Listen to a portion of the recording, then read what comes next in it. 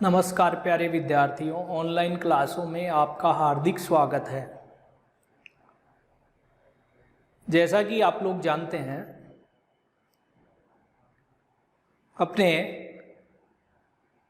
BSc part second electronics में 4 terminal जाल अपन पढ़ रहे थे, जिनमें 4 टर्मिनल जाल के प्राचाल पढ़ चुके हैं अपन। पैरामीटर जिनको प्राचल भी कहा जाता है, जेड पैरामीटर, वाई पैरामीटर और एच पैरामीटर अपन पढ़ चुके हैं। आज उसी के रेस्पेक्ट में 4 टर्मिनल जाल की निवेशी और निर्गम प्रतिबाधाओं की बात करेंगे अपन। तो अपन लिख रहे हैं 4 टर्मिनल जाल, 4 टर्मिनल जाल की निवेशी तथा निर्गम प्रतिबाधा।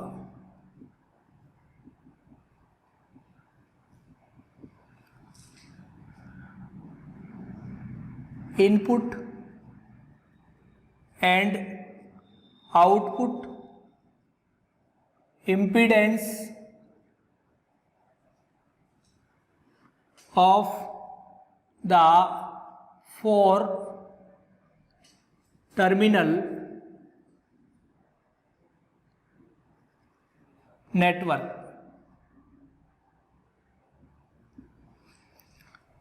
चार टर्मिनल जाल की निवेशी तथा निर्गम प्रतिबाधा पढ़ेंगे अपन। 4 टर्मिनल जाल इस प्रकार की व्यवस्था है, मैंने आपको बताया था, ऐसा जाल जिसके 4 टर्मिनल हो उसे 4 टर्मिनल जाल कहा जाता है, जिसमें 2 टर्मिनल होते हैं निवेश के और 2 टर्मिनल होते हैं निर्गम के। 2 टर्मिनल किसके? निवेश के, और 2 टर्मिनल हैं निर्गम के। तो ये है निर्गम टर्मिनल और ये इसके निवेशी टर्मिनल। इसमें प्रवाहित हो रही है धारा I1 और इसकी वोल्टता है V1। यहाँ पर जो प्रतिबाधा होगी इन दोनों टर्मिनलों के मध्य, वो कहलाएगी निवेशी प्रतिबाधा। इसमें धारा बह रही है I2 और इसमें वोल्टता है V2। इसी प्रकार एक दूसरा डायग्राम भी मैं बना देता हूँ 4 टर्मिनल जाल के लिए ही। ये N प्रतिबाधा है, इसमें 2 निवेशी टर्मिनल है जिनके मध्य एक प्रतिबाधा लगी हुई है निवेशी ZS, लिख देता हूँ मैं इसको। यहाँ धारा बह रही है I1 और इनके मध्य की वोल्टता है V1। यहाँ पर ये निर्गम टर्मिनल है 2 और ये है 1 इससे प्रवाहित धारा है I2 और यहाँ वोल्टता है V2। यहाँ पर जो प्रतिबाधा होगी उसको कहेंगे अपन जेड आउटपुट, निर्गम प्रतिबाधा। तो 4 टर्मिनल जाल के निवेशी टर्मिनलों के मध्य की प्रतिबाधा, निवेशी प्रतिबाधा तथा निर्गम टर्मिनलों के मध्य की प्रतिबाधा निर्गम प्रतिबाधा कहलाती है। निवेशी प्रतिबाधा को ZI से तथा निर्गम प्रतिबाधा को ZO से व्यक्त किया जाता है। तो आप लिखेंगे 4 टर्मिनल जाल, 4 टर्मिनल जाल, 4 टर्मिनल जाल के निवेशी टर्मिनल, निवेशी टर्मिनल के मध्य की वोल्टता तथा धारा का अनुपात निवेशी प्रतिबाधा, निवेशी प्रतिबाधा ZI कहलाती है तथा निर्गम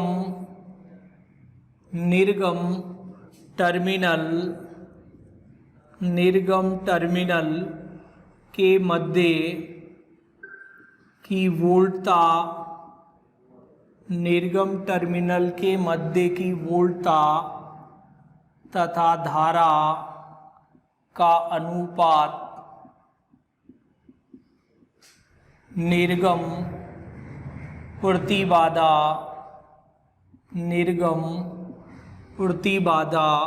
ZO कहलाती है। इस प्रकार से 4 टर्मिनल जाल के निवेशी टर्मिनलों में वोल्टता, निवेशी वोल्टता V1 और धारा, निवेशी धारा I1 है। ये निवेशी वोल्टता V1 है और ये निवेशी धारा I1 है। इन दोनों का अनुपात क्या कहलाएगा? निवेशी प्रतिबाधा ZI कहलाएगा। तथा निर्गम टर्मिनलों के मध्य की वोल्टता V2 और धारा I2, इन दोनों का अनुपात क्या कहलाएगा? निर्गम प्रतिबाधा कहलाएगा। तो इस प्रकार से 4 टर्मिनल जाल की निवेशी और निर्गम प्रतिबाधा ZI और क्या है? ZO है। अब अपन बात कर रहे हैं, इसका मतलब ये है, अर्थात ZI बराबर क्या हो गया? V1 upon I1। क्या हो गया? V1 upon I1। समीकरण नंबर 1 दे दिया मैंने। आप लोग पढ़ चुके हैं Z प्राचल, Z पैरामीटर, Z प्राचल के समीकरण क्या है? Z प्राचल के समीकरण V1 बराबर Z11 I1 plus Z12 I2 और V2 बराबर है Z21 I1 plus Z22 I2।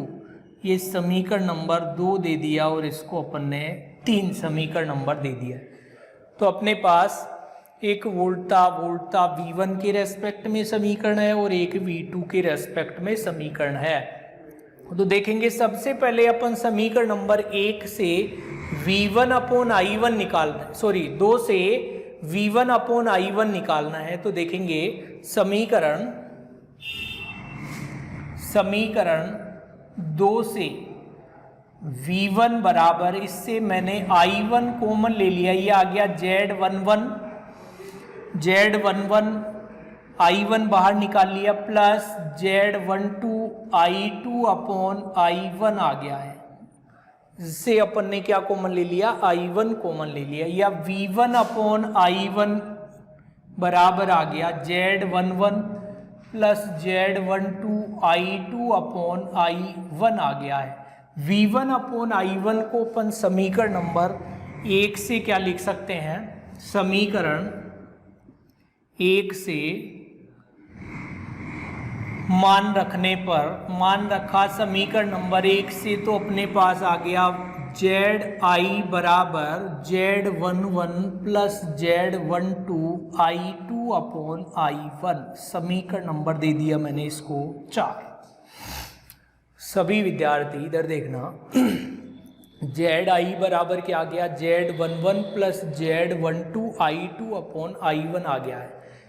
ZI का मान आ गया। अब अपने को I2 अपॉन I1 का मान निकालना है। सबसे पहले देखना आप लोग, यहाँ पर मान लिया कि निर्गम टर्मिनलों के मध्य प्रतिबाधा ZL लगी हुई है। क्या है?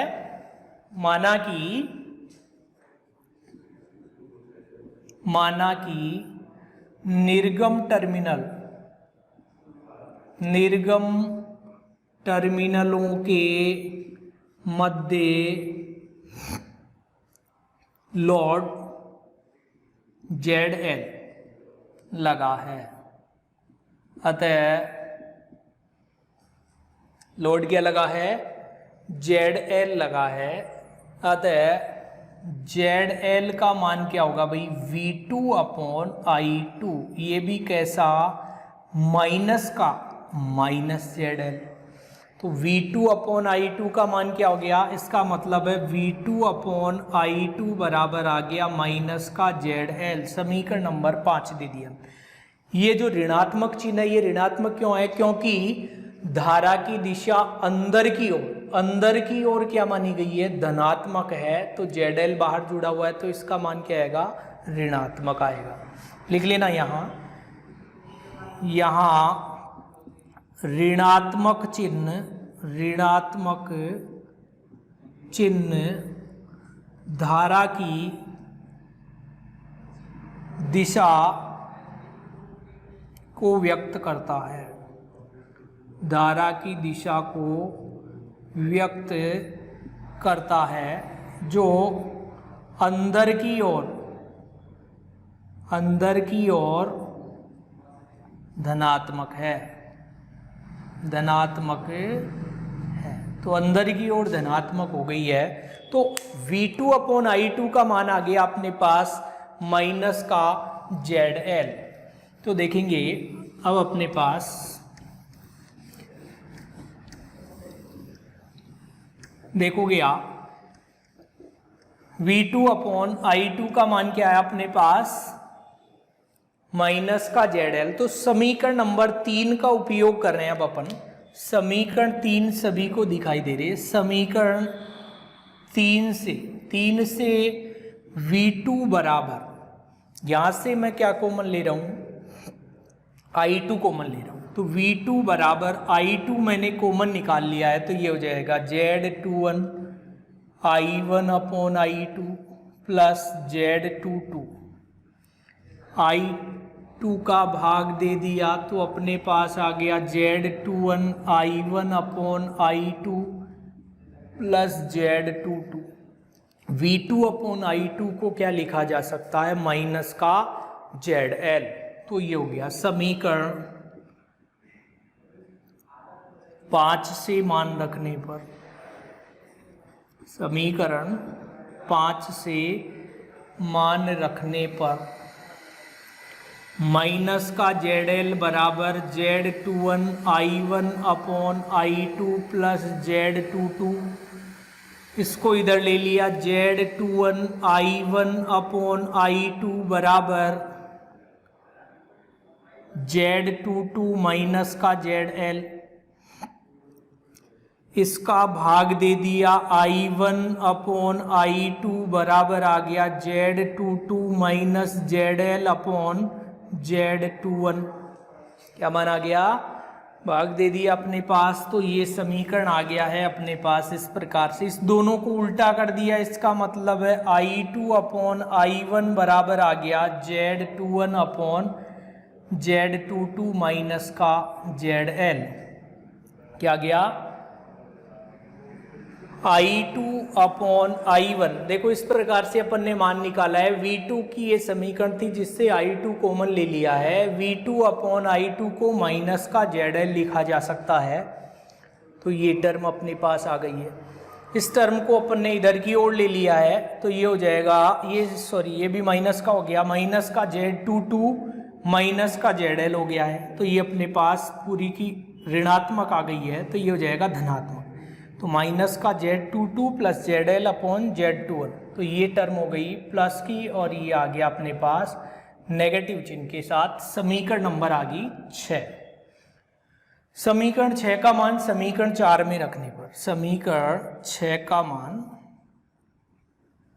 समीकरण 4 में रखने पर, 4 में रखेंगे तो ZI बराबर आएगा अपने पास Z11 प्लस Z12 माइनस का Z21/Z22 प्लस ZL। या अपन इसको इस प्रकार से लिख सकते हैं,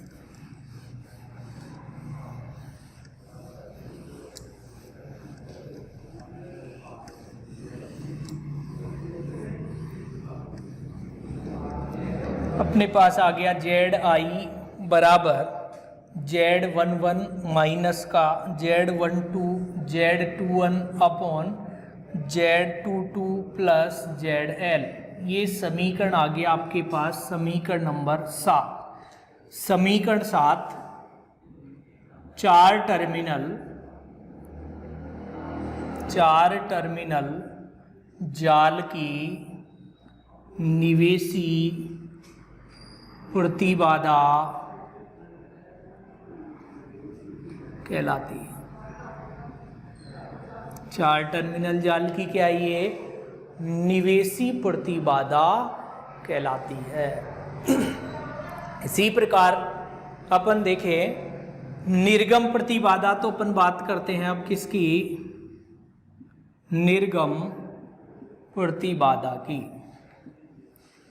इसकी बात करें इसी में अपन, तो जिस प्रकार से अपन ने निर्गम में लोड क्या माना है, अपना डायग्राम नंबर 2 देखना। निर्गम में लोड क्या है, अभी ZL था, अब अपन ने क्या मान लिया, इसको मान लिया कि निवेश में प्रतिरोध क्या है, ZS है। इधर धारा बह रही है I1, इनके मध्य की वोल्टता है V1। इधर धारा बह रही है I2 और इनके मध्य की वोल्टता है V2। और यहाँ पर जो प्रतिबाधा है वो क्या है, Z आउटपुट है। तो देखेंगे माना कि निर्गम टर्मिनल के मध्य प्रतिबाधा क्या है, ZO है, अर्थात ZO बराबर क्या लिखे अपन, V2 अपॉन I2। समीकरण नंबर दे दिया मैंने इसको 8। V2 निर्गम वोल्टता और निर्गम धारा का अनुपात क्या कहलाएगा, आपके निर्गम प्रतिबाधा ZO कहलाएगा। तो देखो समीकरण नंबर 3 आपको दिखाई दे रही है। समीकरण 3 से, समीकरण 3 ये है भाई, V2 बराबर Z21 I1 plus Z22 I2। मैंने यहाँ से I2 कॉमन ले लिया है। क्या कॉमन ले लिया, इससे I2 अपन ने कॉमन निकाल लिया, तो V2 बराबर आ गया I2 Z21 I1 upon I2 plus Z22।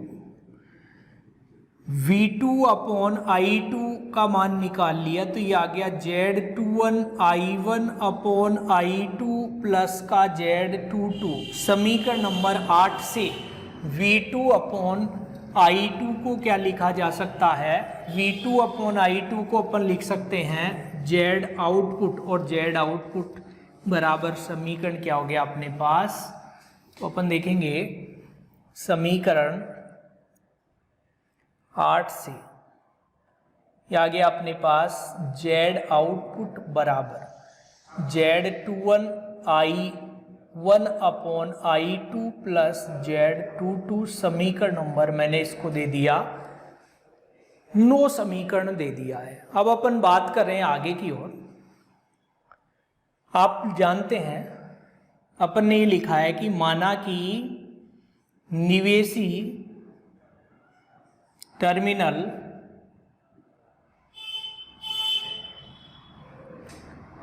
में प्रतिबाधा, आंतरिक प्रतिबाधा ये ZS है, अतः ZS बराबर क्या होगा, वही V1 अपॉन I1। ये कैसा, नेगेटिव चिन्ह, क्योंकि I1 की दिशा अंदर की ओर पॉजिटिव है, ये आपके बाहर की ओर है। ZS कहाँ है, बाहर की ओर है, तो ये क्या आएगा, इसका मतलब V1 अपॉन I1 बराबर क्या आएगा, माइनस का ZS। जैसे अभी अपन ने निकाले थे निर्गम में V2 अपॉन I2 बराबर था माइनस का ZL, तो भी यहाँ क्या है, V1 अपॉन I1 बराबर क्या है, माइनस का ZS है। तो देखो भाई समीकरण नंबर 10 अपने को प्राप्त हो गई है। आप देखेंगे समीकरण नंबर 2 पीछे से 2 है आपके V1 बराबर Z11 I1 plus Z12 I2। इससे मैंने क्या काम किया, I1 कॉमन ले लिया है, तो I1 कॉमन ले लिया, तो यहाँ आ गया Z11 plus Z12 I2 upon I1। इसका भाग दे दिया V1 अपॉन I1 बराबर Z11 plus Z12 I2 upon I1, V1 upon I1 को क्या लिखा जाएगा, माइनस का ZS, समीकरण नंबर 10 से माइनस का ZS बराबर Z11 plus Z12 I2 upon I1, इसका मान निकालना है तो ये आ जाएगा Z12 I2 अपॉन I1 बराबर माइनस का ZS माइनस का Z11। तो अपन इसको क्या लिख सकते हैं, I2 अपॉन I1 बराबर ये हो जाएगा आपके माइनस का Z11 प्लस ZS लिख सकते हैं और ये आ गया Z12। इसका मतलब I1 अपॉन I2 बराबर आ गया माइनस का Z12 upon Z11 plus ZS आ गया, समीकरण नंबर 11। इस 11 का मान कहाँ पुट करना है, 9 में रखना है। 11 का मान समीकरण नंबर 9 में पुट करना है तो अपने पास 4 टर्मिनल जाल की निवेशी प्रतिबाधा प्राप्त होगी। तो इस प्रकार से देखना क्या मिला अपने को, समीकरण 11 का मान समीकरण 9 में रखने पर, समीकरण 9 में अपन पुट करेंगे तो अपने पास है Z आउटपुट बराबर Z21, इसका मान है माइनस का Z12 upon Z11 plus ZS और ये प्लस का Z22। Z आउटपुट बराबर Z22 को पहले लिख लिया minus Z12 Z21 upon Z11 plus ZS। ये जो वैल्यू आई है अपने पास ये है समीकरण नंबर 12। तो ये समीकरण 12 है, 12 4 टर्मिनल जाल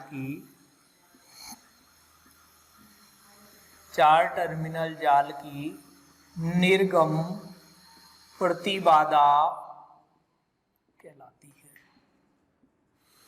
4 टर्मिनल जाल की निर्गम प्रतिबाधा कहलाती है। तो इस प्रकार से काफी बारी ये क्वेश्चन पूछा गया है, 4 टर्मिनल जाल की निवेशी तथा निर्गम प्रतिबाधा का मान ज्ञात कीजिए।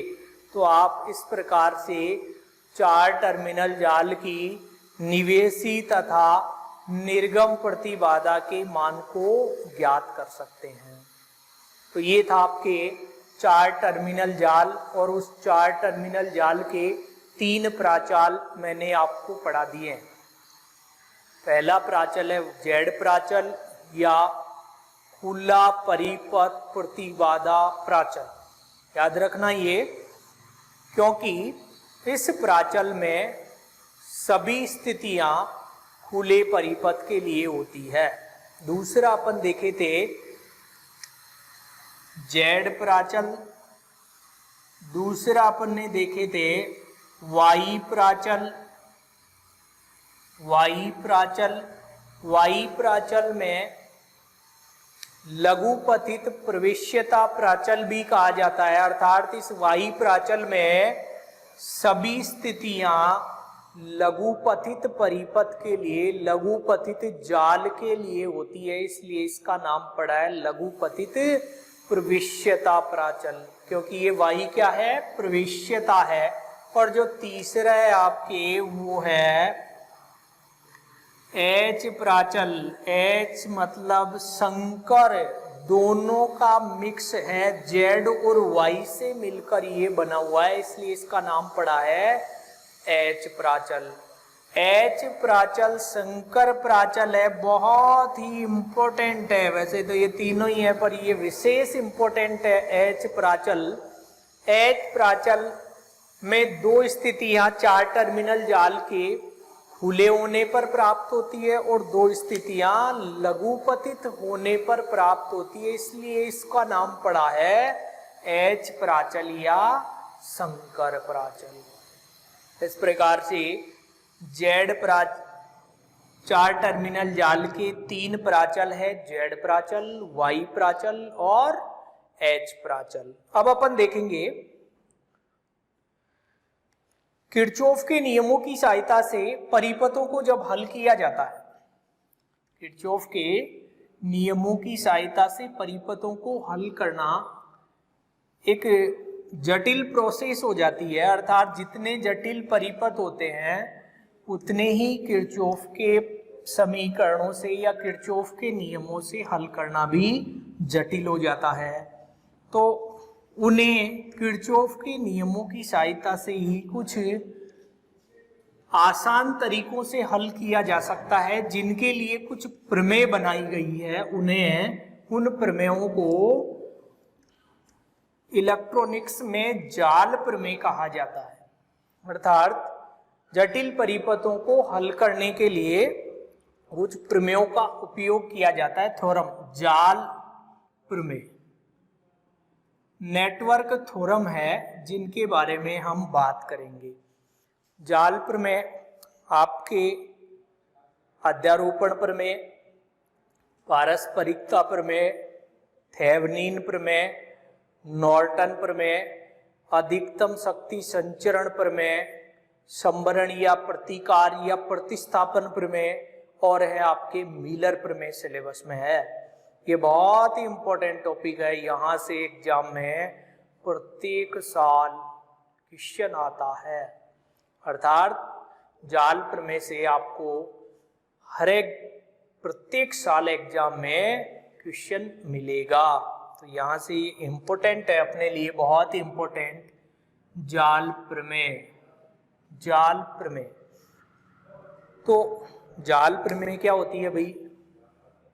इलेक्ट्रॉनिक्स में जटिल परिपथों को हल करने के लिए उपयोग में ली गई प्रमेय क्या कहलाती है? जाल प्रमेय कहलाती है। तो लिखेंगे आप, जटिल परिपथों को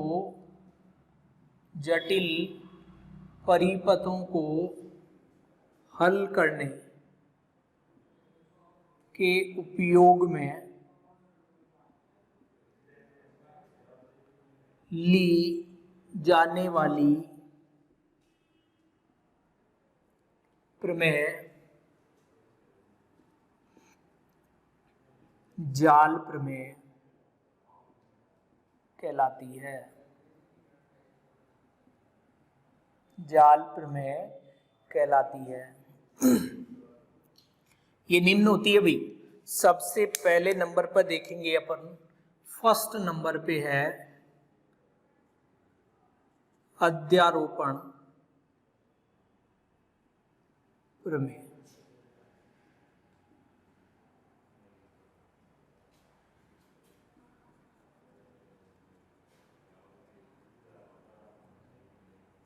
सुपरपोजिशन थ्योरम, बहुत ही इंपॉर्टेंट है ये, आप लोग ये पीछे भी पढ़ चुके हैं सुपरपोजिशन थ्योरम के बारे में। अधिकतम स्थितियों में इस प्रमेय का उपयोग किया जाता है।